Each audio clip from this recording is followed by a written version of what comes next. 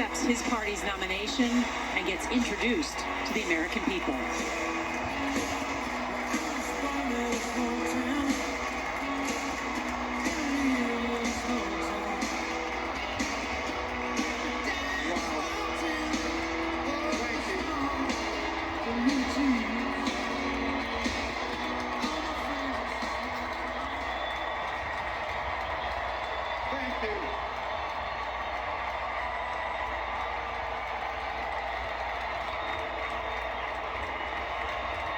Thank you.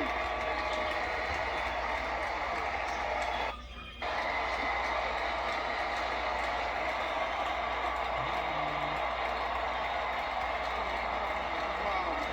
Well, thank you. Thank you, first of all, to Vice President Harris. Thanks for putting your trust in me and for inviting me to be part of this incredible campaign.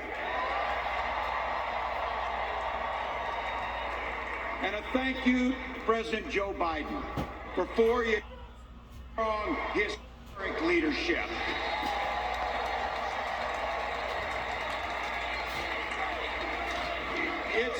It's the honor of my life to accept your nomination for Vice President of the United States.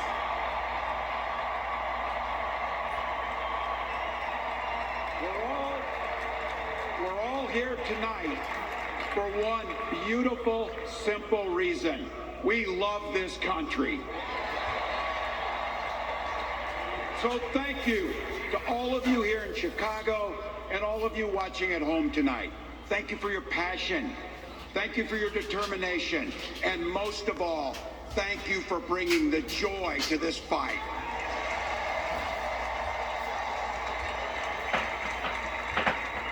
Now, I grew up in Butte, Nebraska, a town of 400 people. I had 24 kids in my high school class, and none of them went to Yale. But I'll tell you what, growing up in a small town like that, you learn how to take care of each other. That family down the road, they may not think like you do. They may not pray like you do. They may not love like you do. But they're your neighbors. And you look out for them, and they look out for you. Everybody belongs, and everybody has a responsibility to contribute. For me, it was serving in the Army National Guard. I joined up 2 days after my 17th birthday, and I proudly wore our nation's uniform for 24 years. My dad, a Korean War era Army veteran, died of lung cancer a couple years later. He left behind a mountain of medical debt. Thank God for Social Security survivor benefits. And thank God for the GI Bill that allowed my dad and me to go to college, and millions of other Americans. Eventually, like the rest of my family, I fell in love with teaching. Three out of 4 of us married teachers. I wound up teaching social studies and coaching football at Mankato West High School. Go Scarlets! We ran a 44 defense. We played through to the whistle on every single play, and we even won a state championship. Never closed the yearbook, people. But it was those players and my students who inspired me to run for Congress.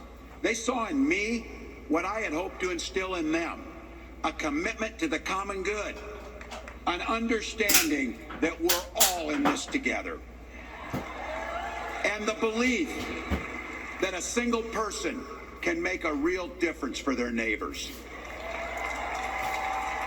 So there I was, a 40-something high school teacher with little kids zero political experience and no money running in a deep red district. But you know what? Never underestimate a public school teacher.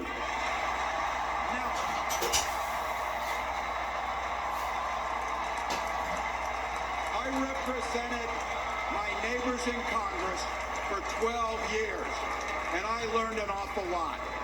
I learned how to work across the aisle on issues like growing the rural economies and taking care of veterans. And I learned how to compromise without compromising my values. Then I came back to serve as governor, and we got right to work, making a difference in our neighbors' lives. We cut taxes for the middle class. We passed paid family and medical leave. We invested in fighting crime and affordable housing. We cut the cost of prescription drugs and helped people escape the kind of medical debt that nearly sank my family. And we made sure that every kid in our state gets breakfast and lunch every day. So while other states were banning books from their schools, we were banishing hunger from ours.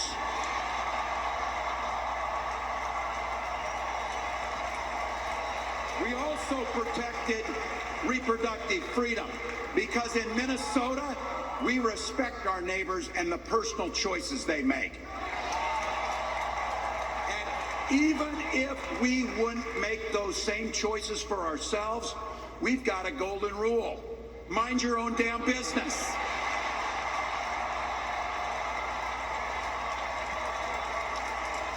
And that includes IVF and fertility treatments. And this is personal for Gwen and I. If you've never experienced the hell that is infertility, I guarantee you, you know somebody who has. And I can remember praying each night for a phone call.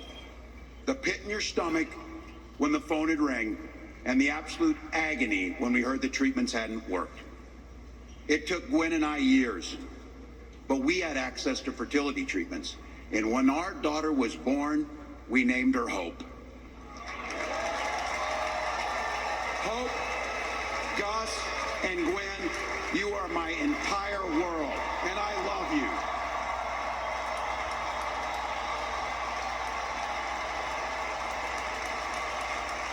I'm letting you in on how we started a family because this is a big part about what this election is about. Freedom. When Republicans use the word freedom, they mean that the government should be free to invade your doctor's office. Corporations free to pollute your air and water. And banks free to take advantage of customers. But when we Democrats talk about freedom, we mean the freedom to make a better life for yourself and the people that you love. Freedom to make your own health care decisions. And yeah, your kids' freedom to go to school without worrying about being shot dead in the hall. Look, I know guns. I'm a veteran. I'm a hunter. And I was a better shot than most Republicans in Congress, and I got the trophies to prove it. But I'm also a dad. I believe in the Second Amendment, but I also believe our first responsibility is to keep our kids safe.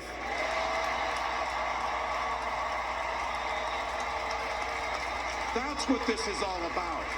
The responsibility we have to our kids, to each other, and to the future that we're building together, in which everyone is free to build the kind of life they want. But not everyone has that same sense of responsibility. Some folks just don't understand what it takes to be a good neighbor. Take Donald Trump and J.D. Vance. Their Project 2025 will make things much, much harder for people who are just trying to live their lives.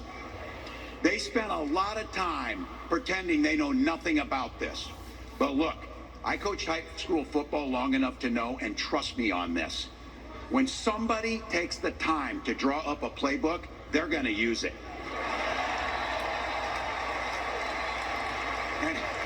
And we know if these guys get back in the White House, they'll start jacking up the costs on the middle class. They'll repeal the Affordable Care Act. They'll gut Social Security and Medicare. And they will ban abortion across this country, with or without Congress. Here's the thing. It's an agenda nobody asked for. It's an agenda that serves nobody except the richest and the most extreme amongst us. And it's an agenda that does nothing for our neighbors in need. Is it weird? Absolutely. Absolutely. But it's also wrong. And it's dangerous. It's not just me saying so. It's Trump's own people. They were with him for 4 years. They're warning us that the next 4 years will be much, much worse. You know, when I was teaching every year, we'd elect a student body president. And you know what? Those teenagers could teach Donald Trump a hell of a lot about what a leader is. Leaders don't spend all day insulting people and blaming others. Leaders do the work. So I don't know about you. I'm ready to turn the page on these guys. So go ahead. Say it with me. We're not going back.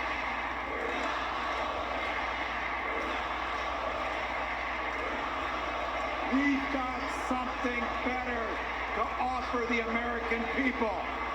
It starts with our candidate, Kamala Harris. From her first day as a prosecutor, as a district attorney, as an attorney general, as a United States senator, and then our vice president, she's fought on the side of the American people. She's taken on the predators and fraudsters. She's taken down the transnational gangs, and she stood up to powerful corporate interests. She has never hesitated to reach across that aisle if it meant improving your lives. And she's always done it with energy, with passion, and with joy. Folks, we've got a chance to make Kamala Harris the next president of the United States.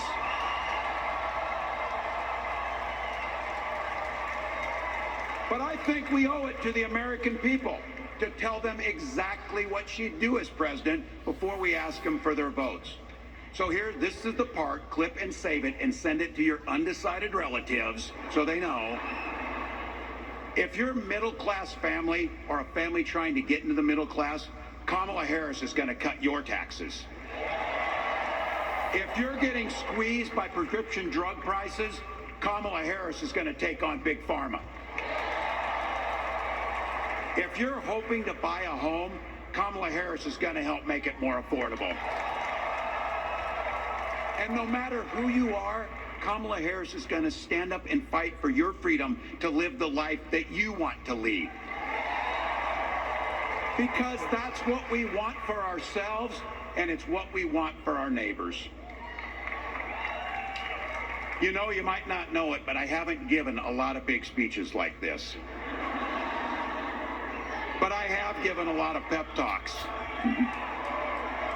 So let me finish with this, team. It's the fourth quarter. We're down a field goal, but we're on offense and we've got the ball. We're driving down the field. And boy, do we have the right team. Kamala Harris is tough. Kamala Harris is experienced, and Kamala Harris is ready. Our job for everyone watching is to get in the trenches and do the blocking and tackling. 1 inch at a time. 1 yard at a time, 1 phone call at a time, 1 door knock at a time, 1 $5 donation at a time. Look, we got 76 days. That's nothing. There'll be time to sleep when you're dead. We're going to leave it on the field. That's how we'll keep moving forward.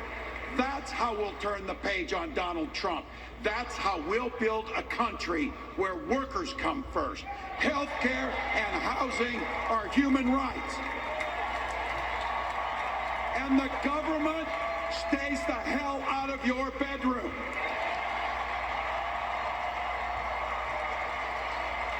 That's how we make America a place where no child is left hungry, where no community is left behind, where nobody gets told they don't belong.